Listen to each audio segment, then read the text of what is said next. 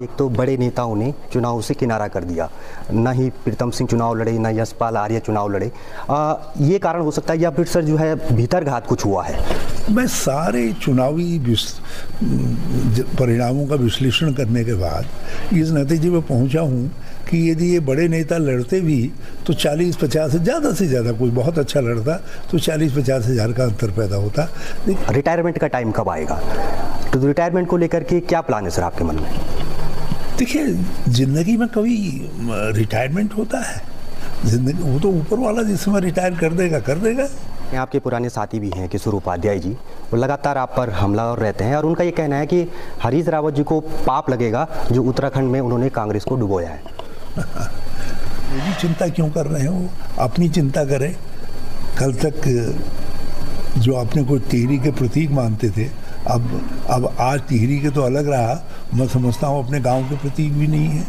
नमस्कार दोस्तों, पहाड़ी खबरनामा पर आप लोगों का स्वागत है। लोकसभा चुनाव में एक बार फिर कांग्रेस को उत्तराखंड में हार मिली है और अब उस हार पर कांग्रेस मंथन कर रही है। पूर्व मुख्यमंत्री हरीश रावत 3 दिवसीय दौरे पर टिहरी पहुंचे हैं और यहां कार्यकर्ताओं और जनता के बीच जाकर वो कांग्रेस को मिली हार पर मंथन कर रहे हैं। सर, बीते 2 दिनों से कार्यकर्ताओं को आप मिल रहे हैं, क्या लग रहा है आपको? हार के क्या कारण हैं? प्रथम दृष्टि जब पूरा देश बदलाव की तरफ जा रहा था तो उत्तराखंड क्यों बदलाव की तरफ नहीं गया, ये प्रश्न हमारे लिए बड़ा महत्वपूर्ण है। और साथ साथ हमारा जो ट्रैक रिकॉर्ड विकास का, जन कल्याण की योजनाओं का है, वो बहुत अच्छा है। कांग्रेस का बहुत अच्छा है और आज की सरकार का कोई ट्रैक रिकॉर्ड है ही नहीं हमारी तुलना में। लेकिन उसके बावजूद जो है उत्तराखंड ने अपार वोट दे करके जिस तरीके से भाजपा को नवाजा है, तो मैं तो केवल लोगों से कोई तो बात करूंगा ही, लेकिन मैं इस धरती से भी पूछने के लिए आया हूँ।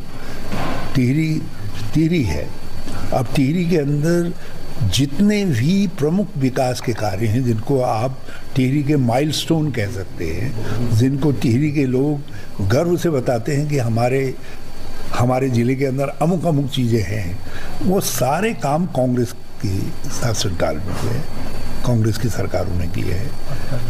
उसके बावजूद भी हम बुरी तरीके से हार रहे हैं। लेकिन सर, देश में बहुत अच्छे परिणाम रहे। यूपी में आपका जो गठबंधन है वो जो है सबसे ज़्यादा सीटें लाया। उत्तराखंड में ऐसा क्या हो गया सर? क्योंकि कमान आपके पास लिए, जबकि पहले उत्तराखंड उत्तर प्रदेश के साथ वोट करता था।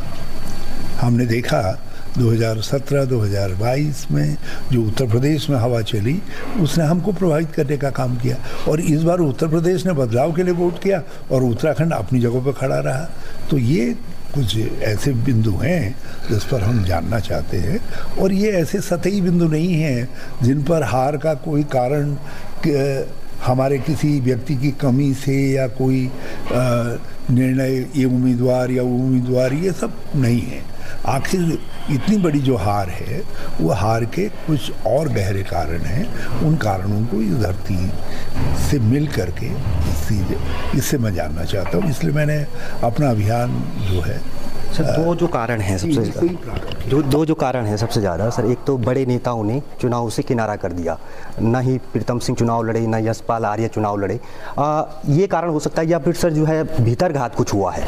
मैं सारे चुनावी परिणामों का विश्लेषण करने के बाद इस नतीजे में पहुंचा हूं कि यदि ये बड़े नेता लड़ते भी तो 40-50 से ज़्यादा कोई बहुत अच्छा लड़ता तो 40-50 हज़ार का अंतर पैदा होता।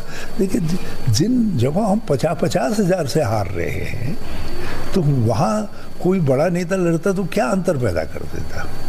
ऐसा लगता है कि एक तरफा जो हमारे पर्वतीय बंधु हैं, उन्होंने एक तरफा भाजपा को वोट देने का काम किया है।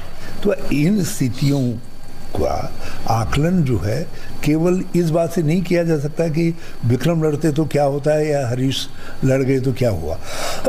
इसका विश्लेषण हमको लोगों के दिलो दिमाग के अंदर इतना बड़ा परिवर्तन क्यों आया, जबकि हमारा ट्रैक रिकॉर्ड अच्छा है और विपक्ष के रूप में हम अच्छा काम कर रहे हैं। और जिस समय लोकतंत्र की आवाज़ को मजबूत करने की बात थी, विपक्ष को मजबूत करने की बात थी, उस समय उत्तराखंड पीछे क्यों रह गया। तो ये सब बातें हैं जिन पर हम गहराई से विचार करेंगे। फिर एक बात मैं और भी कहना चाहता हूँ, क्योंकि आपका नाम भी पहाड़ी खबरनामा है, तो मैं पहाड़ी खबरनामे के माध्यम से कहना चाहता हूँ कि इस समय उत्तराखंड को, कांग्रेस तो एक राजनीतिक दल है, हम फिर खड़े हो जाएंगे, लेकिन उत्तराखंड को अपने लिए भी विचार करने की जरूरत है। जो स्थिति आज पलायन की है, हमारे गांव में कोई सक्षम व्यक्ति नहीं रह गया, ना आर्थिक रूप से सक्षम रह गया, ना शैक्षिक रूप से रह गया, ना शारीरिक रूप से सक्षम व्यक्ति रह गया।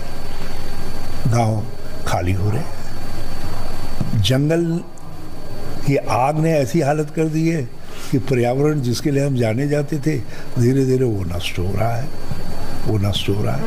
पानी के स्रोत सूख रहे हैं, एक बड़ा चुनौतीपूर्ण प्रश्न है अस्तित्व के लिए। जो है गाँव में आदमी रहते थे जहाँ, अब गुलजार का बास हो रहा है।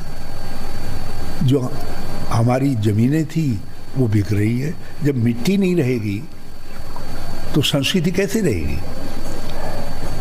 तो मिट्टी से ही तो संस्कृति पनपती है। तो यहाँ तो मिट्टी ही बिक रही है।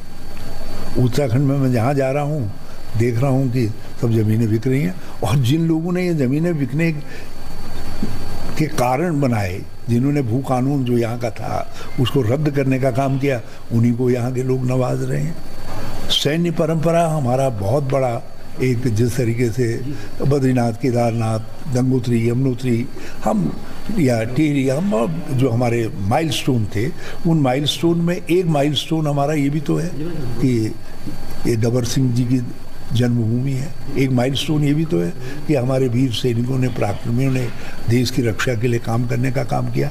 अब जिस तरीके से अग्निवीर योजना जो है, ये अग्निवीर योजना या अग्निपथ योजना जो भी कह लीजिए, ये तो सैन्य परंपरा को नष्ट कर देगी।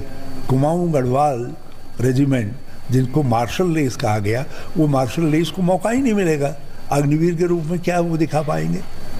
तो जो आज तक हमारे सूबेदार मेजर साहब और दूसरे साहिबान जो है, ऑनरेरी कैप्टन साहिबान मेडल लगा करके घूमते थे, अब वो मेडल उन्हीं तक रह जाएंगे। उसके बाद जो नई पीढ़ी है वो मेडल लगा के नहीं घूमेगी। तो सैन्य परंपरा भी हमसे छिन रही है। संस्कृति के लिए खतरा पैदा हो रहा है, पर्यावरण के लिए, प्रकृति के लिए खतरा पैदा हो रहा है, गाँव के अस्तित्व के लिए खतरा पैदा हो गया, क्योंकि कोई सक्षम व्यक्ति रह ही नहीं गया है। पलायन इतना प्रबल है कि कुछ कहा नहीं जा सकता। बेरोजगारी निरंतर बढ़ रही है। तो इन बातों का समाधान नहीं हो रहा है।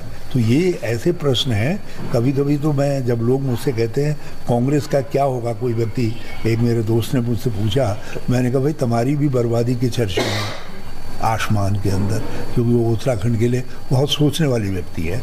तो बोले यार तुमने ये बात क्यों कही? तो मैंने उनको ये सब बातें बताई जो मैं आपके चैनल पर कह रहा हूँ। सर, ये सब हम क्योंकि आज टिहरी में हैं और बगल की विधानसभा प्रतापनगर विधानसभा है, लोकसभा के जो प्रत्याशी थे वो भी म्यूडा गांव के थे, जो प्रतापनगर का। आप विधायक वहाँ पर आपके हैं, जिला अध्यक्ष आपके हैं, लेकिन फिर भी आप वहाँ पीछे रह जाते हैं, क्या कारण है सर? मैंने कहा ना कि प्रतापनगर में हमारे माइलस्टोन और ज़्यादा ज्वलंत थे और वहाँ हमने बहुत काम किया। बल्कि प्रतापनगर के लोगों के लिए एक उनकी ज़िंदगी में एक बड़ा भारी बदलाव, जिसकी लड़ाई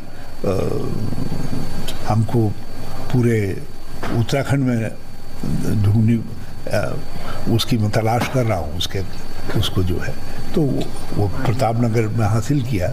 लेकिन इन सब चीज़ों के बावजूद भी हम क्यों पीछे रह गए? तो ये विचारणीय प्रश्न है। या और इस तरीके के जब निर्णय होते हैं, उन निर्णयों में व्यक्ति इरेलीवेंट हो जाते हैं कि सब कौन किस गांव का रहने वाला था या कौन वहाँ नेता थे, ये इरेलीवेंट हो जाते हैं, क्योंकि ये आम जनमत का फैसला है। तो जनमत क्यों हमसे इतना बिखर गया है, इस प्रश्न पर हमको विचार करना पड़ेगा और हम मनन करेंगे। सर, टिहरी के जो विधायक हैं, आपके पुराने साथी भी हैं किशोर उपाध्याय जी, वो लगातार आप पर हमलावर रहते हैं और उनका ये कहना है कि हरीश रावत जी को पाप लगेगा जो उत्तराखंड में उन्होंने कांग्रेस को डुबोया है। तो वो डूबते हुए जो कैप्टन होता है, यदि जहाज़ डूब भी रहा होता है तो वो जहाज़ के साथ ही डूबता है। तो ये अपने को कैप्टन बताते थे, तो ये यदि ये डूबता हुआ जहाज़ है तो इसमें इसी के साथ डूबते ना, दूसरी जगह क्यों गए? और मेरी चिंता क्यों कर रहे हैं? वो अपनी चिंता करें।